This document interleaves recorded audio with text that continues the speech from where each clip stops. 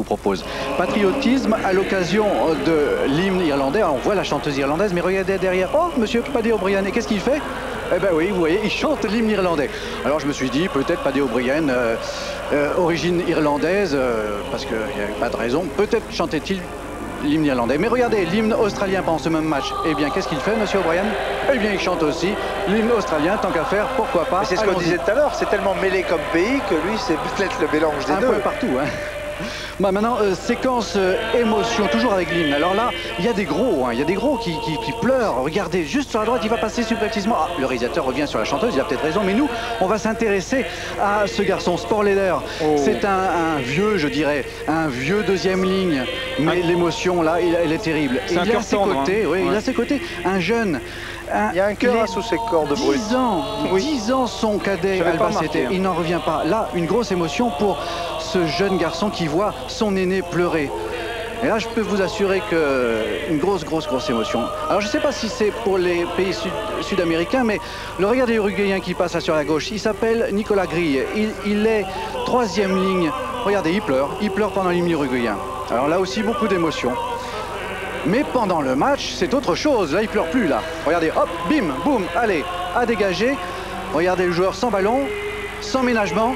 Allez, hop, ça lui vaudra d'ailleurs une réprimande de l'arbitre, un avertissement de l'arbitre. Comme quoi, l'émotion pendant l'hymne, hein, bon. Maintenant, séquence, si vous voulez bien, séquence expression de joie. Regardez ce joueur. Ah, il est joueur japonais, il est très heureux. On pense qu'il a marqué un essai. Moi, j'ai voulu savoir pourquoi il avait cette joie. Eh bien, tout simplement parce qu'il a évité à son pays d'encaisser un essai par ce plaquage. Et regardez ce que ça propose, ce que ça suggère à ce joueur. Finalement, il est tout aussi heureux que s'il avait marqué un essai. Voilà. Plaisir. Des petits bonheurs de la vie. Petit bonheur de la vie. Alors quand il s'agit d'un joueur uruguayen qui marque un essai, alors là, c'est typiquement sud-américain. Du côté du staff, ah, il y a Serge, là, on est très heureux. Mais alors du côté des joueurs, on est encore plus heureux. Et moi, je me suis posé certaines questions. Oui, non, mais là, c'est du foot. C'est incroyable. Oh, c'est interdit ces images. Qu'est-ce que c'est que ça? T'as jamais fait ça, toi, maintenant. Allez, on passe au risque du métier. Alors les risques du métier, c'est la dernière séquence. Regardez, Greenwood, il marque un essai. Superbe essai de Greenwood. On parlait beaucoup de plaquage haut pendant cette Coupe du Monde, mais il y a aussi des plaquages, des plaquages un peu bas. Avec cette image arrêtée de Paul Sicard, notre monteur. Oui, là, ça fait mal. Là. Ça fait très mal. Oh, d'ailleurs, elle s'en est aperçue, cette supportrice anglaise. C'est catastrophique. Et puis alors, Greenwood lui aussi. Oh là, c'est terrible. Mais Greenwood, il vérifie. Voyons voir. Attendez, qu'est-ce qui se passe là? Ah bah, oh, c'est bon, ça va aller. Alors, l'autre supportrice anglaise, elle est ravie. Et Greenwood, il dit, ben c'est bon, il y en a 2. On peut continuer. Mais Jean-Louis, mais ça va pas, non, non c'est une heure de grande écoute du service public. L'Afrique du Sud et les Samoa. C'est vrai que les joueurs se mettent en rond, ils sont restés sur le terrain, les 2 capitaines leur ont demandé de rester, on comprend pas trop pourquoi. Et puis voilà ce qui se passe, ils échangent des maillots, c'est très chaleureux, c'est vraiment un moment étonnant. On se demande ce qui va se passer, c'est quand même la Coupe du Monde, le professionnalisme, c'est un match qui a été très âpre, très engagé, voire rugueux. Il y a eu le plaquage incroyable de Lima.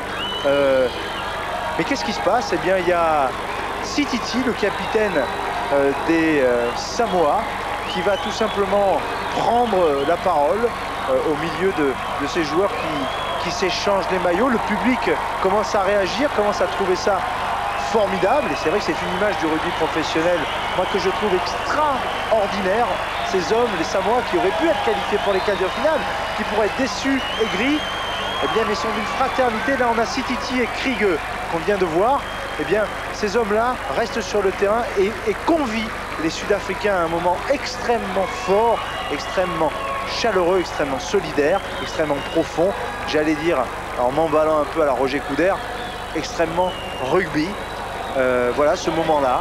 Regardez, les joueurs demandent de se taire pour écouter Sititi, le capitaine des Samoa. Alors, on a vraiment décortiqué ce qu'il disait.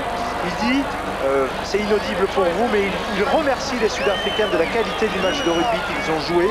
Il les remercie et il leur dit, nous serons vos supporters, nous souhaitons une bonne chance pour cette fin de Coupe du Monde. Nous serons avec vous pour la fin de cette compétition. On va voir Kriege à côté qui va traduire en afrikaner pour ses joueurs. Et puis ils vont faire une prière. Voilà. Je vous laisse regarder. Taisons-nous et regardons.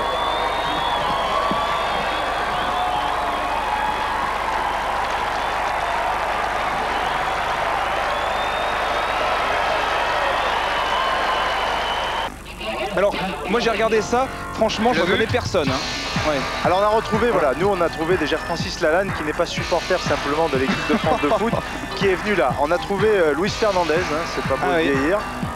La Duchesse d'York. Voilà, c'est qui ça? Ah bah c'est la Duchesse d'York, si tu connaissais un petit peu ton agenda royal anglais. Stoney Chardin. Oui, je sais, c'est moche. C'est moche le showbiz, hein, tu verras quand tu vieilliras. Sheila dans la catégorie chanteuse. Oui, j'arrive ma petite, j'arrive, je suis occupé. Ringo. Julien Clerc, fatigué Juju. Hein. Ah, Julien Clerc. Fatigué Juju, fatigué. Alors il n'y a pas que les chanteurs, il n'y a pas que les chanteuses, les grands sportifs. David Douillet, toujours aussi maladroit, qui renverse sa bière. C'est qui ça? C'était David Douillet. Ah, Pierre Salviac à la mi-temps des matchs. Il s'amuse Pierrot, il prépare ses matchs. Ouais, il fait des bulles, catégorie politique, Jack Lang.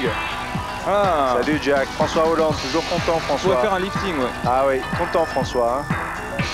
Christine Boutin, passionnée par le rugby. Regarde Christine, je sais que c'est ton homme politique préféré. Francis Lalanne, bien sûr, qui évidemment supporte d'autres équipes. Charles Pasqua, regarde, un pas vite Charlot. Il dort. Hein. Et ça, tu sais qui c'est? Non. Pierre Salviac, Thierry Lacroix qui arrive au stade. Incognito. Et ça, c'est qui? C'est Laurent Luyat, dès qu'il voit un micro. Il peut pas. Et alors, quand il voit une caméra, regardez,